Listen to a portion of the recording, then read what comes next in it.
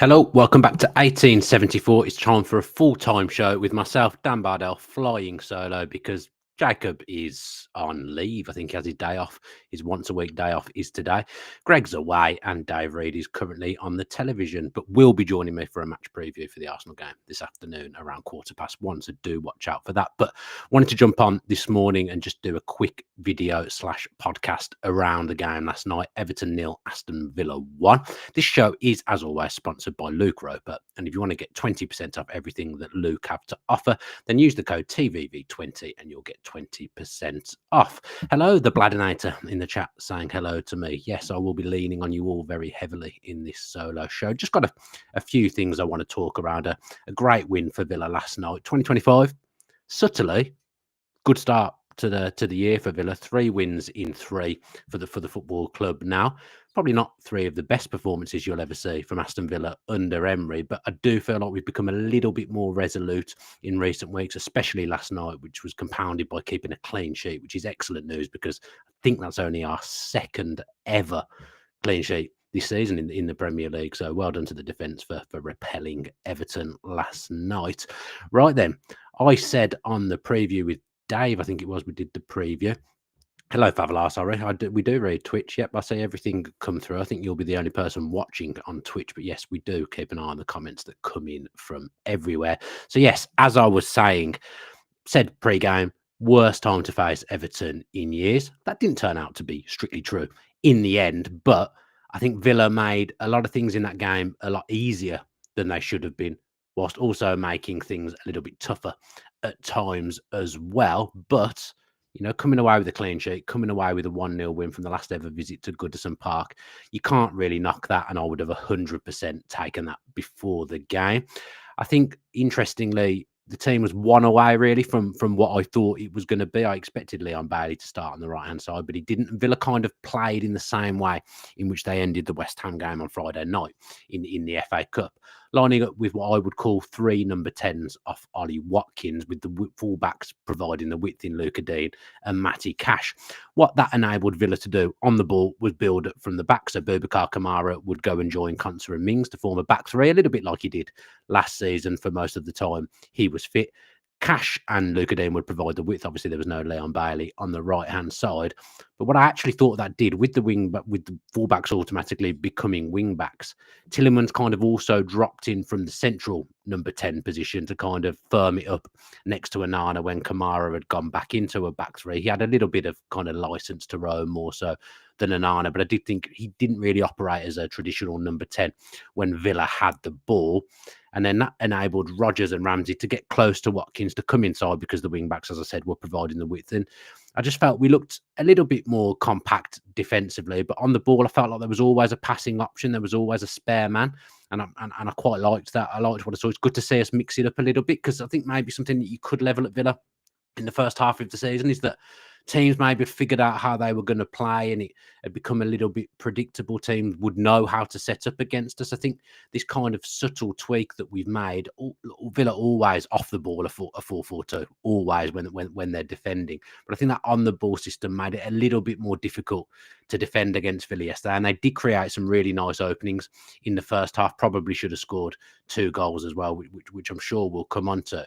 But a bit like a month to 6 weeks ago when we went to that back 3, and I thought we picked up some results when we went to that back 3, and it gave us a bit more variety. Quite like that again. Now we've got another kind of on the ball system in our armory, and I think that's 3 that we can flip between now. Whereas, as I said earlier on in the season, it had felt like it had become a little bit predictable.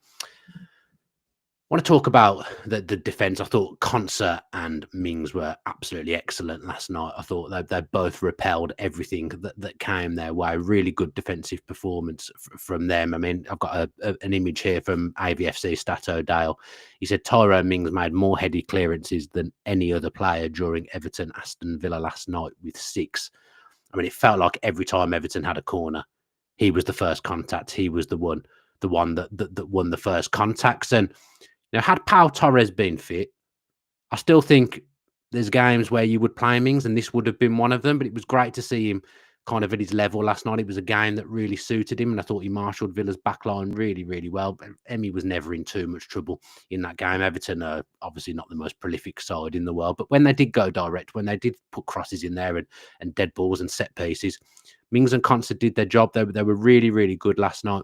I thought, I've said it before, they're like a comfortable pair of slippers. You put them in for certain games and you know what you're going to get. And I really enjoyed the performance from both of them.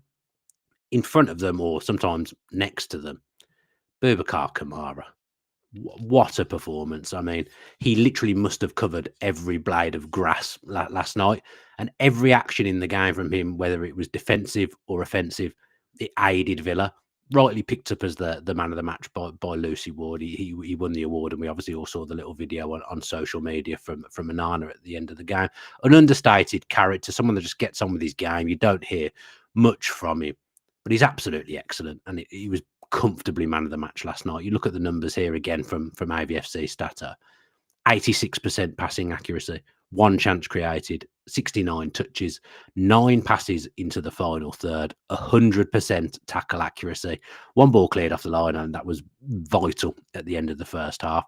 3 clearances, 2 heady clearances, 3 interceptions, 3 recoveries, 7 ground duels won, 100 aerial duels won, and he was fouled 5 times. Rolls Royce, AVFC Stato calls him. I mean, those numbers are frightening. I think if he's playing for one of the stereotypical big boys that the media harp on about, this performance gets pulled out as an absolute masterclass. If a title challenging team goes away to Everton and wins 1-0 and a player's got those numbers, if Rodri had those numbers, everyone would be non-stop talking about him. Obviously, Rodri's not going to get those numbers at the moment because he's injured, but you get my drift there.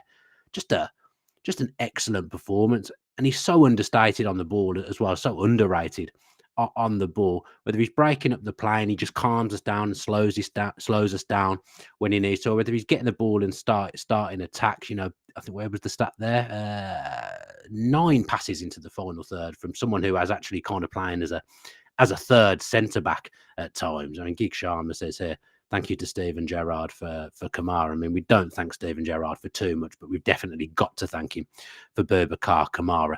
Pivotal he stays fit for Villa across the second half of the season. Villa are just a better functioning team when he is in there. And I thought, both halves, absolutely outstanding from Boubacar Kamara. So wonderful to see. Great to see him kind of getting a run of games and staying fit, fingers crossed at the moment. Just an incredible night for Boubacar Kamara. And rightfully, he picked up the man of the match. First half, I think Villa did play well. They created openings. Obviously, Ramsey missed one right at the death. I'd love to see him on the score sheet. He's got 1 this season in the Champions League.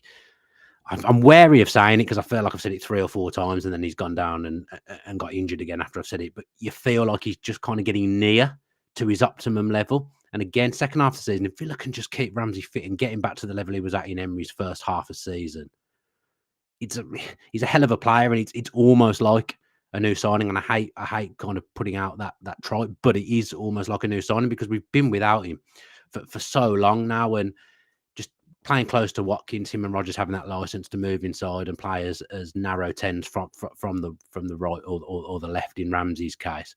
Just wonderful to watch. And he's not at his best level yet, but if he run a games, he'll get somewhere near it. And he's just such an important player for Villa, Jacob Ramsey, and someone I rate really, really highly. Watkins obviously missed one in the first half as well. Seen him criticised obviously for missing that chance. It was a big chance. I think Pickford narrowed the angle as well as he could have done, and probably made it as difficult for Ollie as he could have done. I've seen people say Duran scores that, and I understand that point completely. Duran goes through on goal. You would back him to score 9 times out of 10. That's what he's done all season. My thing with that is I probably would say that Duran doesn't read that situation as well as Ollie. So I'm not disputing the one-on-one statement that people for Duran would make. But what I'm saying is that he probably wouldn't have got that chance in the first place. Tom's saying here it's 0.25 XG, which it's a fair way out. It's only just gone wide. He's got one option there to bend it, and he's come very close. And Pickford did do well. It hasn't gone in.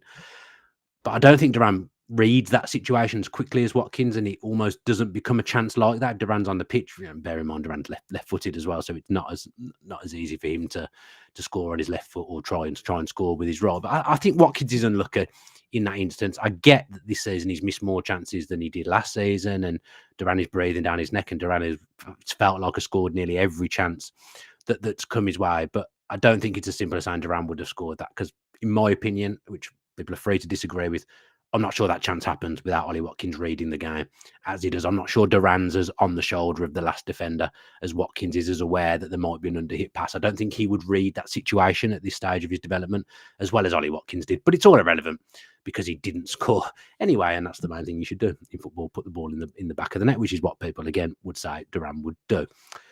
Second half, Watkins obviously did score. Wonderful finish, but for me, this goal is all about the weight of pass from Morgan Rogers. Villa playing transition really, really well there, and Morgan Rogers does everything right to kind of take himself away from the Everton defence. For some reason last night in my head, I thought he played the pass with his left foot, which just shows how subtly he rolled the ball onto his right and played it in for Watkins. That weight of pass is perfect. And I think something that's been overlooked with Rodgers a little bit in maybe the last 4 or 5 weeks is that aspect of his game has improved. I think it was something people were quite critical of him earlier on in the season, where he perhaps wasn't getting the numbers and he maybe wasn't making the right decisions. He's had a few instances recently where he's picked the right pass and he's got the weight of the pass spot on, and this was another example of that last night. That chance isn't as easy for Watkins without the pass from Morgan Rogers, so he could give himself a huge pat on the back, Morgan Rogers, for that assist, because that goal is all about him.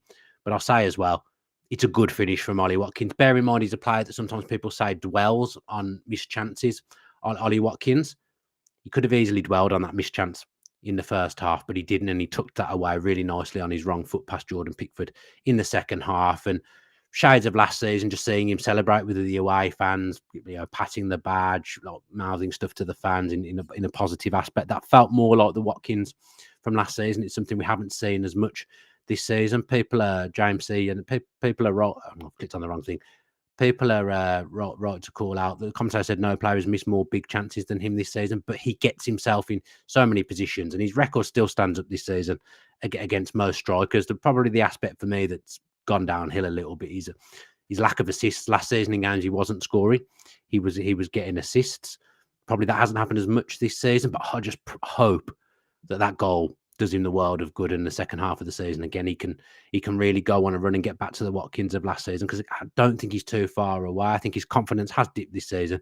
There's no doubt Duran being the way he has been this season has affected him. It's a nice problem to have. I've done the Guardian this morning and spoke a little bit about Watkins and Duran, so do go and listen to the Guardian Football Weekly to hear more about that. But I don't think he grabbed the shirt with both hands while Duran was suspended. But that goal, I thought he'd start last night, and he did. He's got a good record against Everton, and he tucked it away, got his goal. I expect him again to start on Saturday against Arsenal. I was surprised Duran didn't come on and get any football at all, but we'll come on to that. But as Tom says here, Watkins, 9 goals and 7 assists in all competitions. That's when people are saying he isn't playing well. And Dave and I spoke about, he hasn't had a pre-season. He has had a lot of games where he hasn't played well, but he is still contributing. It's just not quite the numbers of last season, but I'm hopeful in the second half of the season that will come. Now, I don't think Villa were ever put under massive strain in the second half. Obviously, Calvert-Lewin probably should have scored. In the end, he didn't. He kind of scooped it over the bar, which was great for us to see. But I thought we dealt with everything that Everton threw at us pretty well. Everton is difficult. Moyes has come in. He's not going to be able to turn it around straight away. They will stay up, absolutely, and they'll pick up enough points at Goodison to stay up. As I mentioned at the start, said before the game, I thought it was a really, really bad time to play against Everton. It just turns out it wasn't, because I don't think his messages had got across, and the Everton crowd could get flat very quickly. They need reinforcements in January. Everton, they'll be a different beast if they can get a couple of players in, but it's going to be very, very difficult with PSR for them to get players in. Thank you very much, Simon Kelly. Says congratulations on the Guardian Football Weekly podcast, Dan. Best national football pod. Absolute laugh to do. I absolutely love doing it. I'm very fortunate that I get to do a lot of things that I could have only dreamed of. So thank you to you who watch this show and have helped build up my career, because I do really, really appreciate it. It's brilliant for me, and The Guardian is one of my favourite things to do. Anyway, I digress. I'm just trying to react as the chat comes in. I actually thought the lack of substitutions was understandable, because what that enabled us to do is to keep the structure that Everton was struggling to break down. And Villa was still sloppy on the ball. Villa still underhit and overhit passes at times and gave the ball away in frustrating positions and didn't keep the ball as well as I would have liked them to see out the game. But by not making the subs, and Onana, by the way, did really, really well not to pick up a second yellow in that game, because that was something I was worried about. It kept Villa's structure, and Villa were hard to break down, hard to play through. Onana did a lot from set pieces and direct football as well. It would have been very difficult for Emery to change that up. He couldn't just take a player off with no central midfielder on the bench. It would have been difficult for him to switch, and what we were doing was actually working. So I can understand why he didn't make those substitutions. Buendia came on for Ramsey in the end, and I was willing him to score Buendia, because I know he's got a brilliant record against Everton, and I was really hopeful he'd come on and do something, but it didn't transpire. But he worked very hard to help Villa see the game out, and I've enjoyed Buendia's impact in the last couple of games off the bench. But I can understand why he didn't make those changes, and maybe Duran does start on Saturday. Maybe I'm wrong, but I just think, again, Watkins has got a brilliant record against Arsenal. He's just scored. He tends to score his goals in runs. I'd be very surprised if it was Duran for Watkins on Saturday, but I think it was the right game to just leave Watkins on, give him 90 minutes, let him work hard, which is what he does really well. The whole team stuck together and worked really hard last night. And playing devil's advocate, yes, it was Everton, one of the most toothless teams in the league, but we've all talked for years about, if a team's off track, Villa are the perfect team to get them back on track. That didn't happen last night. Villa stuck to their jobs really, really diligently, and I just thought it was a solid, scrappy away 1-0 win, which sometimes is what you need, and is maybe something that we haven't done enough over the years, and maybe something that we haven't done this season. I think Gig Sharma raises a good point there. Duran will probably start against Monaco. I think that's a really valid point there, Gig Sharma. That's probably the one he does start on Tuesday, the tea time game in the Champions League. Just if anyone wants to ask anything, just to finish, then let's just see if anything comes in, and I'll hang around for the next 5 minutes or so. We've got a comment here from Ravintha Kunju Rahman. Sorry if I've butchered your name there, mate. Says, thank you for doing this. Helps me process my emotions of supporting Aston Villa. Keeps me with proper perspectives, not too high, not too low.